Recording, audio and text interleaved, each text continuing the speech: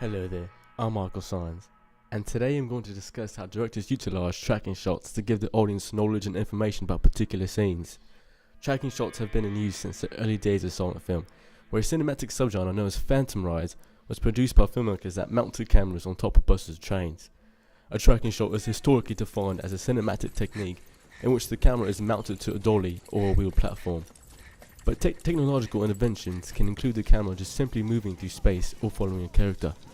Tracking shots play a vital role in cinema by engaging the audience to where the director can put emphasis on the subject and or the surrounding space. The director can thus give extra background information by using the positioning and movement of the camera at his disposal. Stanley Kubrick employs the use of the Steadicam and its inventor for his 1980 thriller The Shining. Kubrick uses several Steadicam tracking shots throughout his film to highlight key contextual scenes and set the eerie setting of the Overlook Hotel with its vast spaces. In this scene, the camera is lowered to share the same viewpoint of Danny on his tricycle. In the entire scene, the camera follows several yards behind Danny, showing the depth of the hallways and the large rooms. This tracking shot also serves as an establishing shot for the film since it is near the beginning of the movie. Kubrick uses a unique way to let the audience in on the character's surroundings, having Danny pass through the hotel's lounge, kitchen and corridors. In the article Kubrick Shining by Richard T. Jameson says that the tracking shot personifies space and analyzes potentiality in spatial terms. Some of the rooms that Danny is riding through will serve to be important settings for later scenes, such as the Colorado Lounge where Jack writes. Using cinematic techniques such as cutting and tracking, Kubrick only had to use clips of a few rooms and hallways to make it seem like Danny's riding all throughout the hotel. This spatial trickery makes the audience believe that the information they're receiving from the tracking shot in reference to the setting is different than reality. These tracking scenes establish a belief that a setting is larger than it really is. Here, Danny and the tracking suddenly stop. This lets the audience know the importance of this section of the scene, since it is one of the only stopping moments within the 3-minute tracking shot. It serves as foreshadowing to aspects that are critical to the story's plot. In his book, The Language of Film, Science and Syntax, James Monaco says that a tracking shot need not necessarily shift interest from subject to camera. It can call attention to the relationship between the two, which is arguably both more realistic and more ethical, since there is in fact a relationship, as opposed to a stationary camera. The relationship between the camera and subject here is of the world seen through Andy, with the camera at his eye level while on his tricycle. The inventor of the Steadicam, Garrett Brown, employed the use of a wheelchair for the Steadicam shot to call attention to the relationship between the camera and Andy. This scene doesn't have the audience feel like they are in the shot, yet they do not feel quite detached either.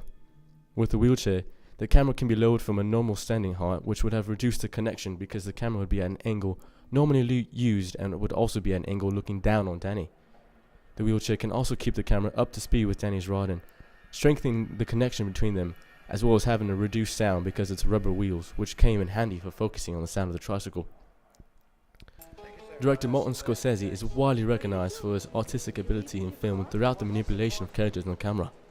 He's able to get the audience invested in his films by utilizing camera techniques such as the tracking shot. This scene of Goodfellas uses a long Steadicam tracking shot to follow Ray Liotta and Lorraine Bracco's walk through the Copacabana Club. By using a tracking shot, Scorsese brings the audience into the fabricated world of an Italian mobster, as he is able to cut the line to the club by going through the back door. The connection between the subjects and camera in this scene is much like that of The Shinings. Like Kubrick, Scorsese also utilizes the Steadicam shot.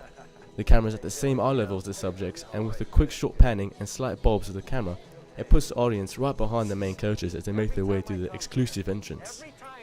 In Gustavo Mercado's book, The Filmmaker's Eye, Learning and Breaking the Rules of Cinematic Composition, he says how Steadicam shots are commonly reserved for times when maintaining the integrity of time, space, and the fluidity of movement are narratively meaningful to the story. Scorsese also utilizes the Steadicam to show a lot of information about the setting and the relationship between the characters in a short amount of time, as well as using the tracking shot for a scene when the main character is on his rise up to become a successful gangster and wants to show the audience him enjoying the fruits of his labor. The tracking shot is able to show the hustle and bustle of what goes on behind the curtain of the Copacabana Club, much like the elusive mob world. Henry Hill says hello to more workers and nonchalantly passes even more money around. Mercado also explains how a Steadicam shot will be used to preserve the unity of performance by a character in a single take, reframing the shot as needed to increase the involvement of the audience or to underline a particular aspect of the scene. The Steadicam shot is highlighting Henry Hill's success by following the character as he enjoys his walkthrough and special status. Scorsese also uses deep focus to amplify the setting or mise-en-scène of the shot. When the couple finally arrives to the dining area of the club, all of the other patrons and background is in focus. As you're heading to the table, the camera still follows the characters to give a sense of the club's popularity and field capacity. Director Alfonso Cuarón uses several types of tracking shots throughout his apocalyptic thriller, Children of Men. Here, the camera is following the main character Theo, played by Clive Owen, through a battle scene. Unlike in the last two clips, Cuarón doesn't use a Steadicam but prefers that of a handheld tracking shot.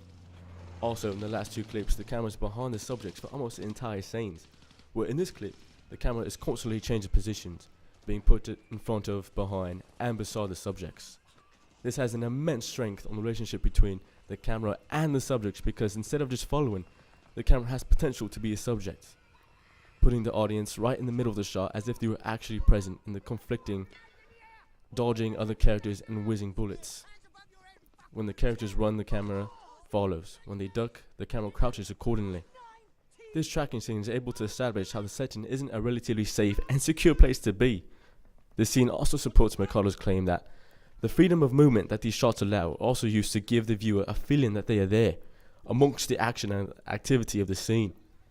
Since the camera is acting as if it were a subject, it also gives the audience information on the importance of other characters.